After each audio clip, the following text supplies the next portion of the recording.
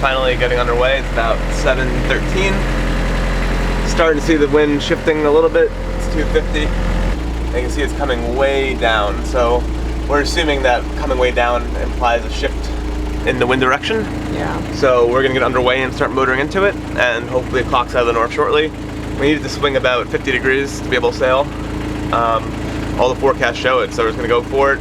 Let's get the lights on, running lights, steaming light, foredeck light, and let's go pick up the anchor.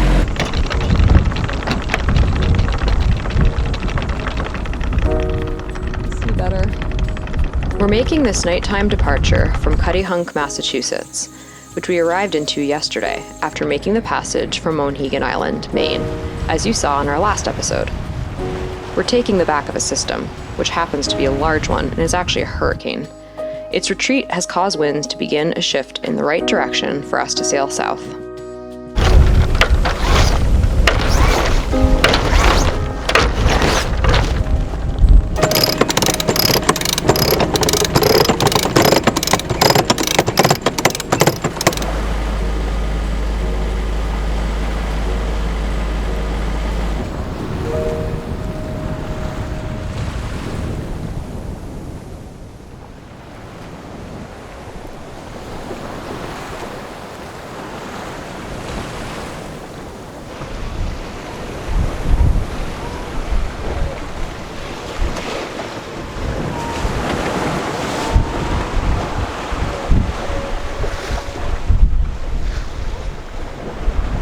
Rolling, rolling, rolling. All I do is rolling. So this is the state of the cabin right now. Pair of soaking wet pants that I just found in the V-berth. Absolutely no idea why they're wet and where the water came from. I ended up sleeping on this side, the low-ish side, last night when we were healing and smashing around. Bill didn't really sleep, but he was in that bed. And then the sat phone just won't download it. And now our sat phone It's connected, full signal. But it's isn't just like, working. I don't know if it's like a network issue or like. So, things could be worse, for sure. At least the forecast is now doing what it was supposed to do. So, just about 12 hours late, I guess. Oh, I'm just gonna come over here and, yeah, this is not a pleasant trip, and we're just counting down the miles. It got really cold overnight. Last night was really lumpy as the wind slowly took its time to clock around, and we navigated steep seas left over from the system. And although the forecast seems to finally be on the right track, over the next couple of hours, winds increase steadily and are stronger than what was called for. We're aiming for Cape May, New Jersey, 250 nautical miles from where we left in Cuttyhunk, Massachusetts, and still have another 150 to go. It's kind of cool. We got our staysail up for the first time flying from Precision Sails. This is sort of like a good ocean crossing rig. We have 2 jibs up on each side running pretty much dead downwind. It's a pretty comfortable point of sail. Our staysail works just the way we envisioned, but it took a bit of work to get here. For that story, we're going to throw it back now to the end of 2019, a time when we were late to go south yet again, docked in Annapolis and scrambling to complete boat projects. It was also a time when Bill had long hair and rocked a salty man bun. But back to the staysail and the process of how we installed it. So today we are taking advantage of a rare warm day here in Annapolis. It's supposed to snow tonight, but right now it's in the 50s. And we are installing the chainplate for our inner forestay. So you can see here, this is our continuous line furler, and this is the staysail attachment point. Right now it's just buried in G10 in the deck, and my anchor locker shelf. What I'm doing is I spliced a piece of Dyneema. This is 2,000-pound brake, this Dyneema. What we're going to do is we're going to screw this through, and I'm going to lash it to the bottom D-ring here. There's a D-ring down here, equal, same as this one, just on the other side. And then put a lashing in, and then we're good to go. This will help take all the load that this is generating when the sail is up. It'll pass it down to the hull, and it'll keep it, so it's a tie rod configuration. Bill assembled this tie rod earlier today using Dyneema line. This will be in the forward bulkhead of the anchor locker. and I'm gonna loop. I put a Brummel splice in. I'm gonna loop it through itself, and then we're gonna lash. I think this is 2,000 pounds per lashing, so we're gonna do several like that, and then do a bunch of overhand hitches or half hitches to close it up, and this will take the load from the staysail up on deck down to the hull of the boat. So in lieu of doing a turnbuckle or something metal, I bought this $20 piece of Dyneema, and I'm turning it into a nice tie rod for our staysail. See the splice up close. It just kind of wraps through itself twice, and then you the bitter end of the line is buried inside the cover, or inside the hollow part, and you taper the part. You give it a little trim so it has a nice tapered shape. You can see how it generally fat here and then it thins down. You just do that by cutting like 4 strands down here, and then work your way up and make it a little thicker. But yeah, this is strong. If I used a bowline, it's a loop, but a bowline Dyneema is very slippery. So it's a possibility it could slip out. Also, when you use a bowline, I think you're losing about 30% of the break strength of the line. So a splice is as strong as a line. If you put a knot, you're losing some percentage, 30-40%. We installed the chain plate on the bulkhead between the forward cabin and the anchor locker. We chose this location because the bulkhead is attached to the hull with very robust glasswork.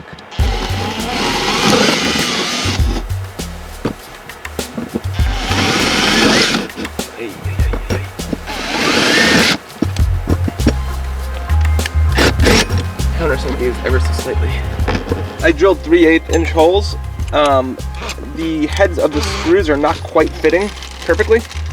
So what I'm going to do is I'm going to countersink a little bit. So I'm taking the next size up, and I'm just making a little bit of an indent in the wood.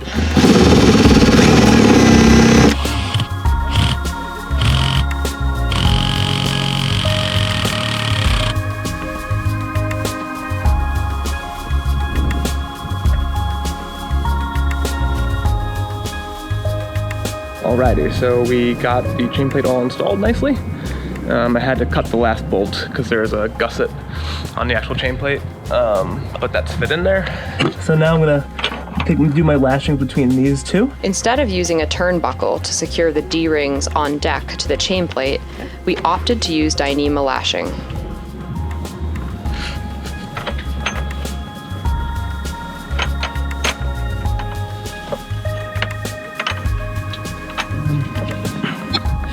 Yeah, so this any load that transfers up from here will pull on this Dyneema.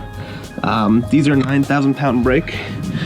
This is 2,000 strands, so I have at least 4 or 5 turns in there, so the Dyneema is actually stronger than this now.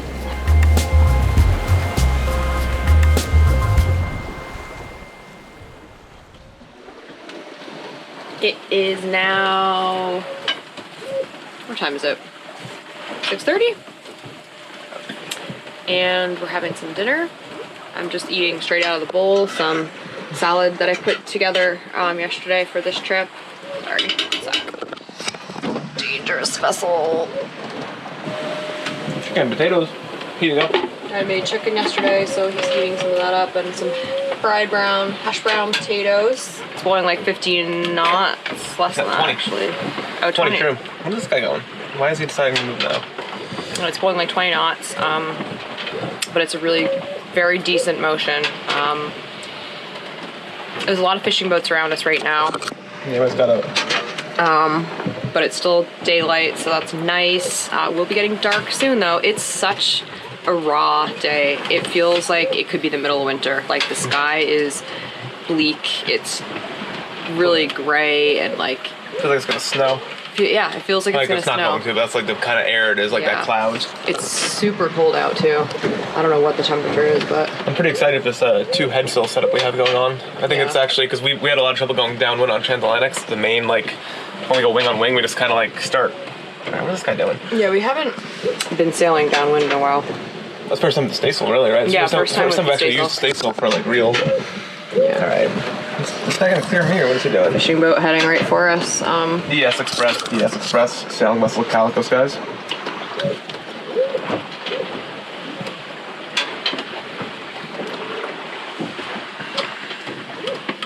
DS Express. I just want to know, I'm a sailboat off your port bow. Just want to know if you need me to alter course. I'm getting dangerous vessel on my AIS alarms here. What's that again? Do you need me to alter course? I'm getting AIS alarms raised. I'm working around the area, so you're gonna have to work around me. Yeah, that's fine. Do you want me to go to port or starboard? Let me know what's best to get out of your way since you're fishing.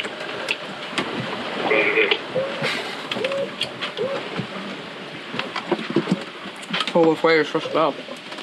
Which way would you like me to go?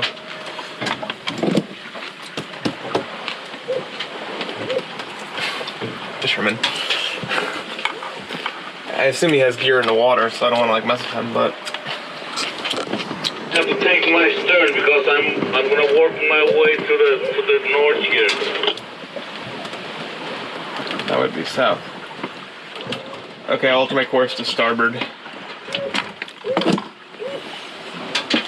Unless that AIS thing is off.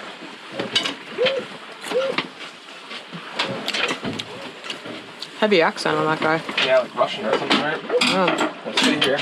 Alright, buddy. I'm gonna go more starboard. Can we carry more starboard? We're gonna like... Yeah, we should be able to go more starboard. 10. There's a lot of boats in this area. Yeah. I think his AIS is stale. Actually, you can see on the radar. See how he's up there? Oh. So maybe that's why he was unconcerned. Always better to over-communicate, you know? Uh-huh. Definitely. Ooh, there's fishing gear there. What's that doing here? What is it? Like a fishing buoy we just drove by. Really? Yeah. Huh. Is it like pots out there? I guess that's what it was. There's 2 boats out here. There's a whole bunch of boats around here. Yeah. We have a little more wind than we bargained for here. Maxed out at 27 knots. Finally swung around to 004, but man, it's been a hell of a ride so far. The seas are not organized. Sleeping there, honey? I'm trying to. We keep getting like body checked by big waves. Oh, but we're hanging in there. Boat's doing well. Absolutely smoking speeds. Yeah, like we're averaging 7.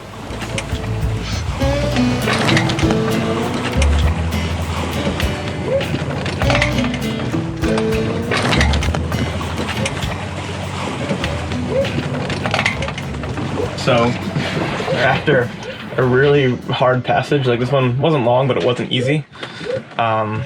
We had winds up to 30 knots. Andy was out here at the same time, he saw 35, so getting pretty close to gale territory and really sloppy seas. We go to start the motor this morning as the wind started dying, and it's making this terrible crunching noise or something. So we are trying to sail in very slowly. The wind went from 30 knots to 8 true. So we're doing like 3 knots heading towards Cape Hempelon Harbor Refuge in Delaware. We have 12 miles to go, so a few hours at this speed. Yeah, kind of. Before dark. Get in before dark. Kind of sucks. Andy boys. You might have an extra pump. We might have an extra pump on board if that's the issue. Andy boy's there. He's pretty mechanical. He's gonna help. Yeah, just like, oh man, I feel like we managed the boat so well during this like near gale, and then it's kind of a bummer to have like a mechanical breakdown after all that. You know, we had our sails all set up, and we didn't feel much. Most bad weather was happening at night, so you couldn't really see anything. But yeah, kind of a bummer. Kind of tired. And yep. It's been a really rough passage. We said after that last gale that we were never going to sail in those conditions again, and the forecast was really off. The max gusts were 22 knots, I think, and we saw over 30, and that was sustained too. I was just really seasick, and it was a hard night, and I had the idea to film when we were dealing with the engine, but it was just such rough conditions, and I was in such bad shape. I just like couldn't bring myself to do it. Plus it was dark, but yeah, things are not good right now, and that's just honestly what's going on. Our spirits are pretty low. Bill doesn't really get low, but I think he's really overtired. I think he's had, what have you had in the last 2 days, like 4 hours of sleep? Maybe 5? I don't know. So he's exhausted. Yeah, sometimes I feel like you're just like fighting it in this life, you know? Like we've just been like, it's been thing after thing this summer. It all started, you know, the trip up to the Bahamas, we broke the rig, then the transmission failed. had to get the transmission rebuilt. Then we ate a dipstick in the transmission. Yeah. We've had the staysail hit me in the eye and give me a black eye. I don't open it up. Maine was really we were looking forward to a break.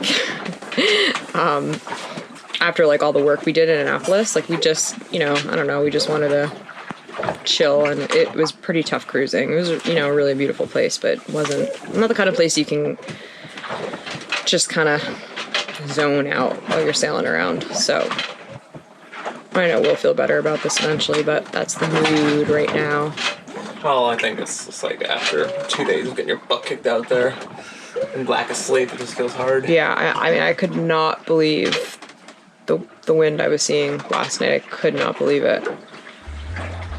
And so Andy and Charlie were ahead of us because they made it further the other day when we were at Cuttyhunk. And they had a tough time. They're in a, what size cat? 55-foot cat. And he's, you guys know Andy. I mean, and he was a little rattled. They bailed out in where we're going. Yeah, the Harbor of Refuge where we're going.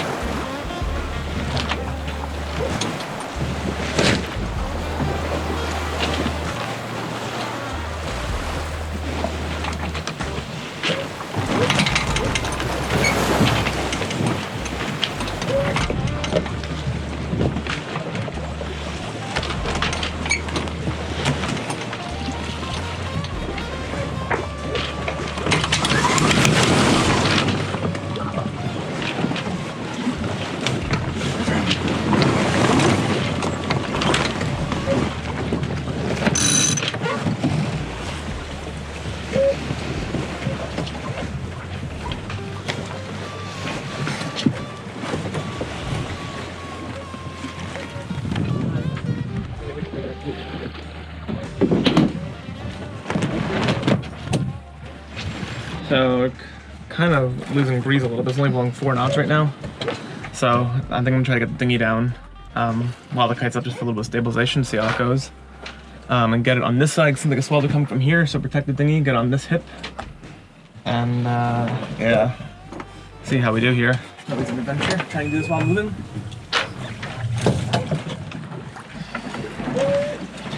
A little tricky, huh? It's kind of fast to do now, huh? 3. Well, that's what we're doing. You want to bring in the spinnaker a bit?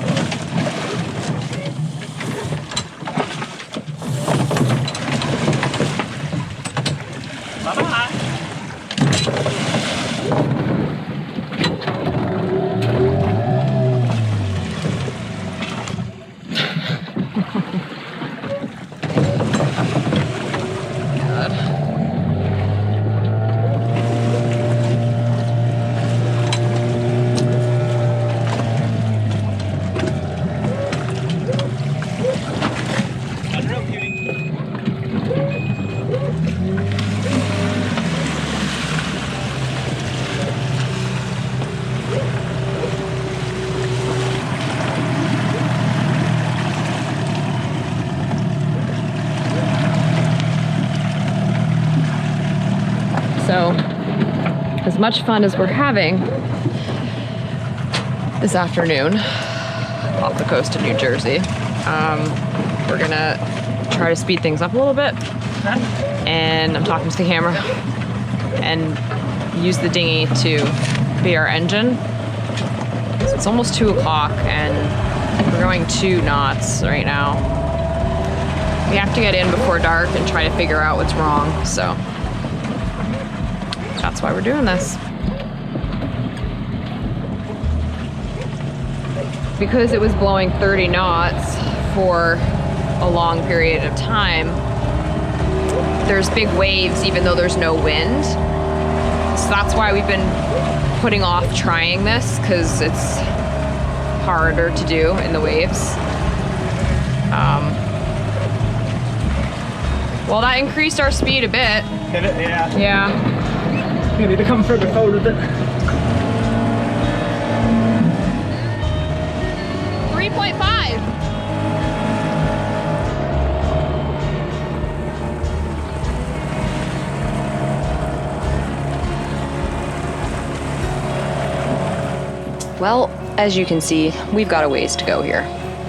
And just when it feels like we'll never make it, things change when a couple of our friends come to the rescue.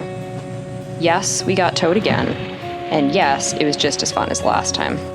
Join us next time to see it. I haven't been outside too much, and I don't regret that decision. Bill's been on watch this afternoon. Oh god, these waves. I just dropped a cucumber on me. Alright, where's this guy? Long enough, huh? Yeah, I can try it. What? You get it? No. How's it going there, honey?